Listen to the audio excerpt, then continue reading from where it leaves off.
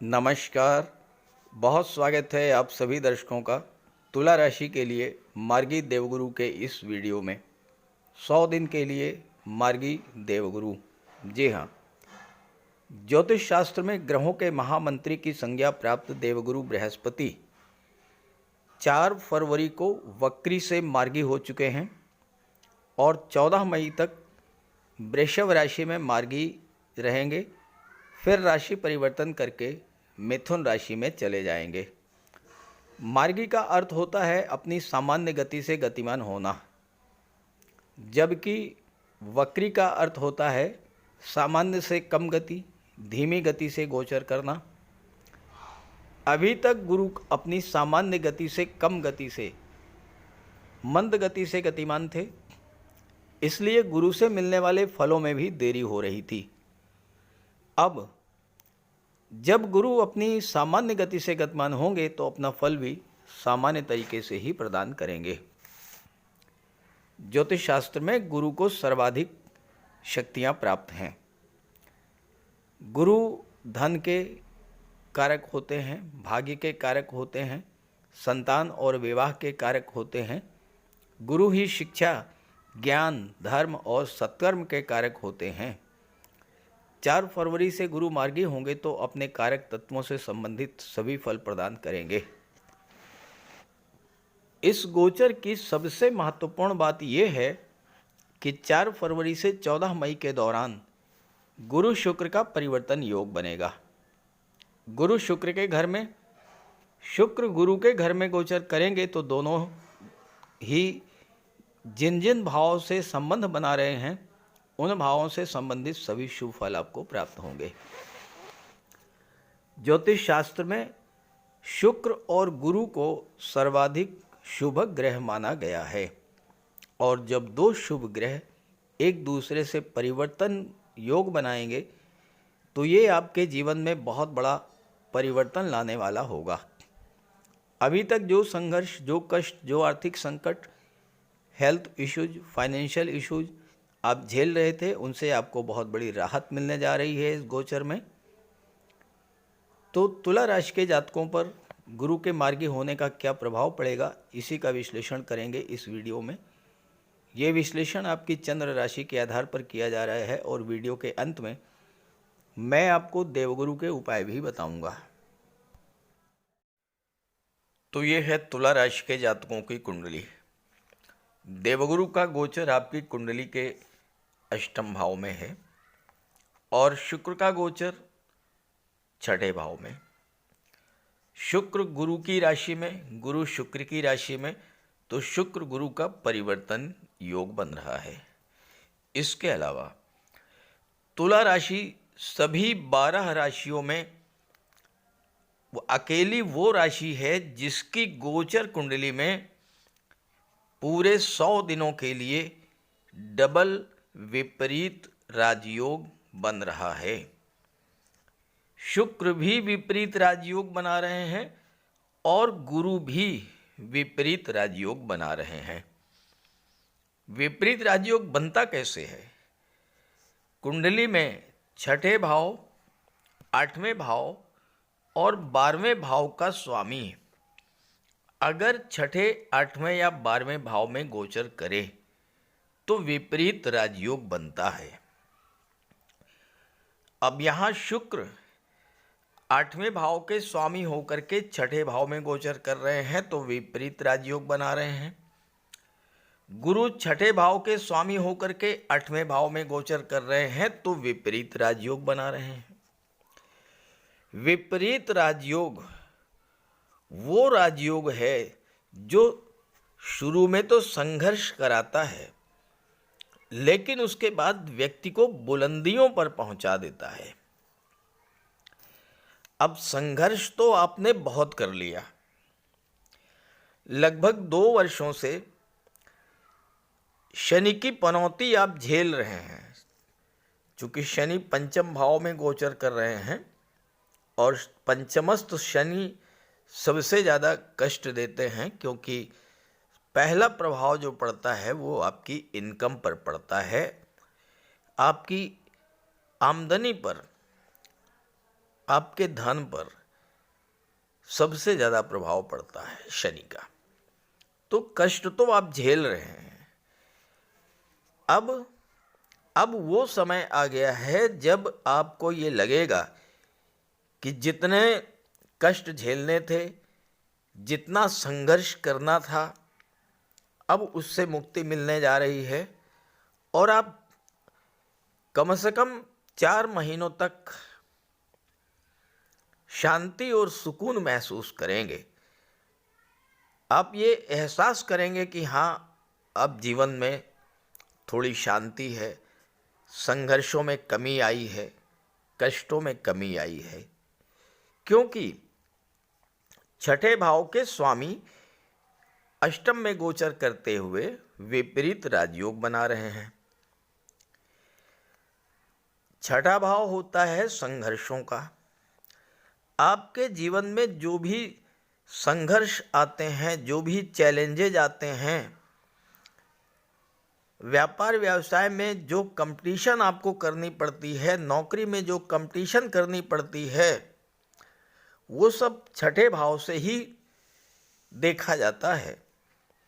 और छठे का स्वामी जब विपरीत राजयोग बनाएगा तो आपके जीवन में संघर्षों की कमी आएगी, स्वास्थ्य में सुधार आएगा। शुक्र गुरु दोनों धन के कारक हैं। धन की प्राप्ति होगी तो कोई पुराना कर्ज है वो आपका समाप्त होगा, स्वास्थ्य भी आपका अच्छा रहेगा।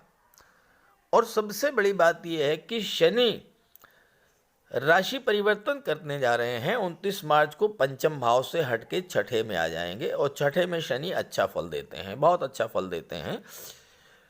तो शनि का भी जो नकारात्मक प्रभाव आप पर पड़ रहा था उससे भी आपको राहत मिल जाएगी। अब गुरु 8वें भाव में है और गुरु की दृष्टि पड़ रही है धन के भाव पर।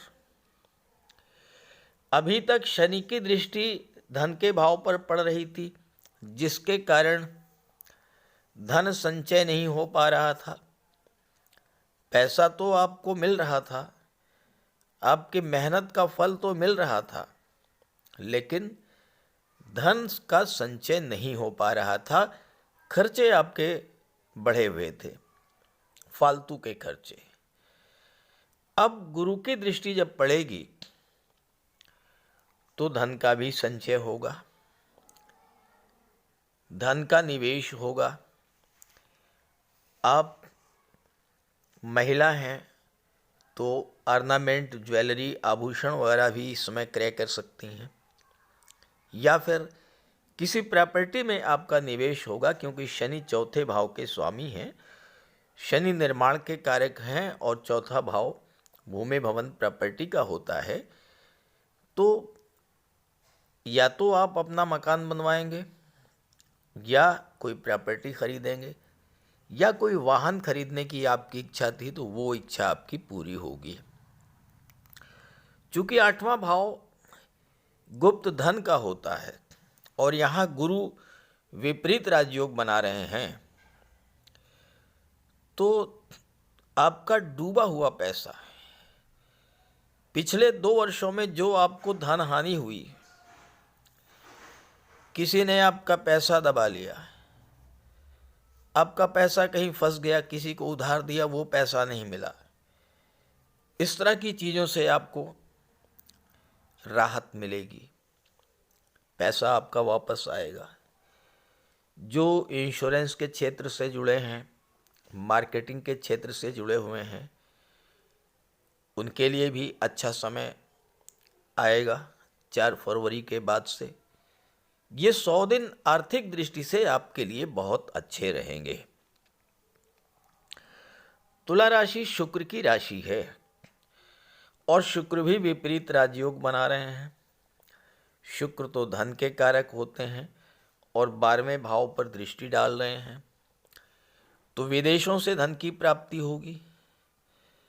12वें भाव पर गुरु की भी दृष्टि पड़ रही है और शुक्र के साथ छठे भाव में राहु का भी गोचर है। राहु विदेश के कारक हैं, राहु की भी दृष्टि पड़ रही है और सबसे महत्वपूर्ण बात मैं आपको बताऊं कि मंगल जो कि आपके भाग्य भाव में गोचर कर रहे हैं, मंगल की भी दृष्टि 12वें भाव पर पड़ रही है। और 29 मार्च को शनि जब छठे भाव में आ जाएंगे तो शनि की भी दृष्टि पड़ेगी। 12वें भाव पर 5 ग्रहों का प्रभाव है। भाग्य भाव में गोचर करते हुए जब मंगल की दृष्टि पड़ेगी, नवम भाव होता है उच्च शिक्षा का। इस समय आपका भाग्य आपको सपोर्ट करेगा और आप अगर उच्च शिक्षा के लिए विदेश जाने का सपना देख रहे थे तो आपका विदेश जाने का सपना भी पूरा होगा। मंगल 7वें भाव के भी स्वामी हैं और 7वां भाव व्यापार का होता है। विदेश भाव आपका जागृत है।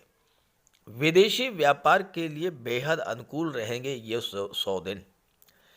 नई बिजनेस डील होंगी, पुराना रुका हुआ पैसा आपको मिलेगा, कोई पुराना ऑर्डर आपका था अभी तक पूरा नहीं हो पाया तो वो पूरा होगा, और विदेश में सेटल होने का भी आपका सपना इस समय पूरा होगा। मंगल, गुरु, राहु, शुक्र और शनि 5 ग्रह 12वें भाव पर अपना प्रभाव डालेंगे। अब यहाँ एक चीज आपको बहुत ध्यान से समझनी है। तुला राशि शुक्र की राशि है। शुक्र कला और सौंदर्य के कारक हैं। जो लोग कला के क्षेत्रों से जुड़े हुए हैं, संगीत, नृत्य, अभिनय, लेखन, गायन, वादन, काव्य, शिल्प कला, मूर्ति कला, चित्रकला, किसी भी क्षेत्र से विदेश जाकर के अपनी कला का प्रदर्शन करने का इससे बेहतर अवसर आपको नहीं मिलेगा, क्योंकि 12वां भाव पूरी तरह से जागृत है।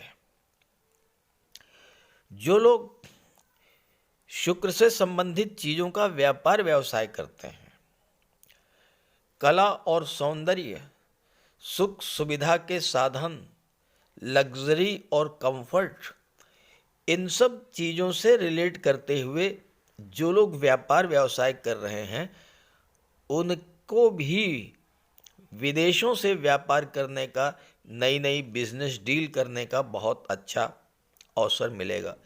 खास करके जो लोग डायमंड के क्षेत्र में हैं, डायमंड का बिजनेस करते हैं, गोल्ड का बिजनेस करते हैं, गारमेंट्स का बिजनेस करते हैं, परफ्यूम्स है, कॉस्मेटिक्स है, इन सब चीज़ों का जो लोग व्यापार व्यवसाय करते हैं उनके लिए विदेशों से ज़बरदस्त लाभ का योग बन रहा है। गुरु अष्टम भाव में है।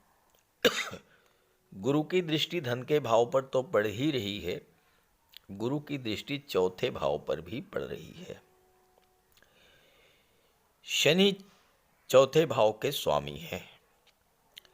अब शनि तो ऐसे ग्रह हैं जो घर परिवार में दूरी बना देते हैं, बहुत ही ड्राई प्लेनेट हैं, रूखापन आपके स्वभाव में ला देते हैं। गुरु की दृष्टि जब पड़ेगी और गुरु विपरीत राजयोग बना रहे हैं, आपके घर परिवार में कलह की, तनाव की जो स्थितियां थी वो समाप्त होगा, घर का माहौल अच्छा रहेगा।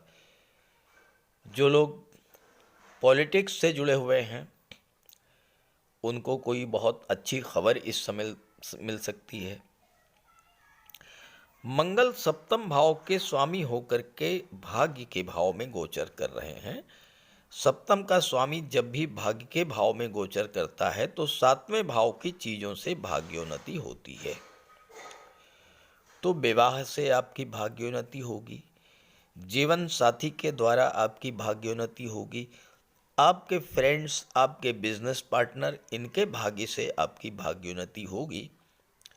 तो इन 100 दिनों में आपको विशेष ध्यान रखना है, चूँकि मंगल दूसरे भाव के भी स्वामी हैं, दूसरा भाव वाणी का होता है और मंगल क्रोध और उग्रता के कारक होते हैं।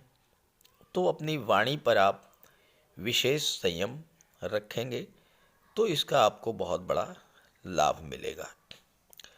शनि 29 मार्च को जब छठे भाव में आएंगे तो शनि की दृष्टि पड़ेगी 8वें भाव पर, गुरु पर। ज्योतिष शास्त्र का एक सिद्धांत है कि जिस भाव का संबंध शनि और गुरु से बन जाए उस भाव से संबंधित चीजें तो प्राप्त होती ही होती हैं। अब 8वां भाव क्या है? 8वां भाव ज्योतिष का है, तंत्र मंत्र का है, रिसर्च का है, डीप नॉलेज का है। 8वां भाव भूमि के नीचे के पदार्थों का है और शनि रियल एस्टेट को शो करते हैं।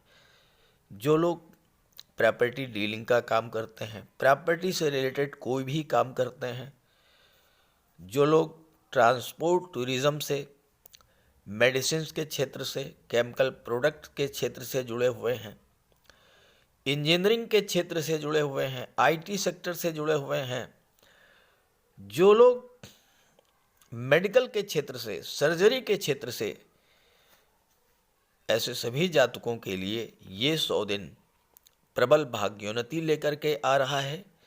ये 100 दिन आपके धन प्राप्ति की इच्छा को पूरा करने वाला है और ये 100 दिन आपको जीवन में बुलंदियों पर ले जाने वाला है।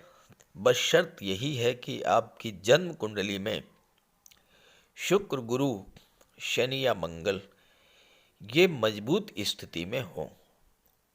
अगर ये मजबूत स्थिति में हैं, अंश बल से मजबूत हैं, शुभ ग्रहों से दृष्ट हैं, तो आप देखिएगा ये 100 दिन आपके जीवन में एक बहुत बड़ा परिवर्तन लेकर के आ रहा है।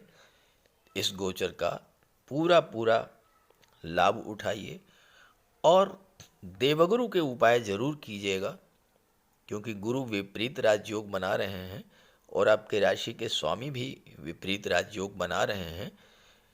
तो उपाय शुक्र का भी कीजिएगा और गुरु का, दोनों का उपाय कीजिएगा। शुक्र के लिए तो बहुत आसान है, माता लक्ष्मी की आराधना करते रहें, घर को साफ सुथरा रखें, घर से कबाड़ को हटा दें, शुक्रवार के दिन श्वेत वस्त्र धारण करें, श्वेत पदार्थों का भोजन करें, हो सके तो कन्याओं को भोजन करें, इत्र का, परफ्यूम का प्रयोग करें, घर को पूरी तरह से साफ करें ताकि माता लक्ष्मी आपके घर में वास करें। जहाँ तक गुरु की बात है तो बात कर लेते हैं उपायों के बारे में। गुरु के उपाय अवश्य कीजिएगा। कुंडली में देवगुरु बृहस्पति का बहुत ही महत्वपूर्ण स्थान है, क्योंकि देवगुरु कुंडली के पंचम और नवम भाव के कारक होते हैं। पंचम भाव से संतान का विचार किया जाता है, शिक्षा का विचार किया जाता है और नवम भाव से भाग्य का विचार किया जाता है। गुरु ग्रह भाग्य के लिए जिम्मेदार माने जाते हैं और किसी भी कार्य की सफलता के लिए देवगुरु का मजबूत होना बहुत ज़रूरी है। जब कुंडली में देवगुरु मजबूत होते हैं तो भाग्य का साथ मिलता है, जिस काम में हाथ डालते हैं वो सफल होता है, विवाह समय से होता है, शिक्षा अच्छी मिलती है, गुरु की कृपा रहती है, धन की प्राप्ति होती है। तो देवगुरु के लिए कुछ उपाय बताने जा रहा हूँ, उपाय ज़रूर कीजिएगा। अगर आपकी जन्म कुंडली में गुरु कमज़ोर स्थिति में है तो आपको गुरुवार का व्रत करना चाहिए। स्नान करते समय जल में आधा चम्मच हल्दी डालकर स्नान करें। स्नान के बाद पीले रंग के वस्त्र धारण करें और साथ ही साथ केसर या हल्दी का तिलक लगाएं और गुरुवार के दिन भगवान विष्णु की उपासना करें। घर में केले का एक वृक्ष लगा लें, उसकी पूजा करें, उसकी सेवा करें। भोजन में चने के बेसन, चीनी और घी से बने लड्डू का सेवन करें और अपनी क्षमता के अनुसार पीले वस्त्र, हल्दी, शहद, धार्मिक पुस्तकें, इन सब का दान कर सकते हैं। अगर गुरु ग्रह कमज़ोर है तो पुखराज धारण करें, लेकिन इसके लिए किसी योग्य ज्योतिषी की सलाह ले लें। माता पिता, गुरु और बुज़ुर्गों का सम्मान करें, उनकी देखभाल करें और उनका आशीर्वाद प्राप्त करें। साफ सफाई रखें, गुरु की सेवा करें और दही और चावल गरीबों को खिलाएं। किसी गरीब को, किसी दिव्यांग व्यक्ति को भोजन कराएं। किसी वृद्धाश्रम में जाकर के वृद्धों के साथ कुछ समय बिताएं, उनकी समस्याओं को जानें समझें। कोई ज़रूरी नहीं है कि आप धन से ही सहायता करें, तन और मन से भी आप मदद कर सकते हैं दूसरों की, और ऐसा करने से देवगुरु अत्यंत प्रसन्न होते हैं। और जब देवगुरु बलवान होंगे तो आपको पूरा लाभ मिलेंगे। तो ये उपाय करके देखिएगा, लाभ होगा। कमेंट करके बताइएगा ताकि आपके साथियों को भी इसका लाभ मिल सके। नमस्कार।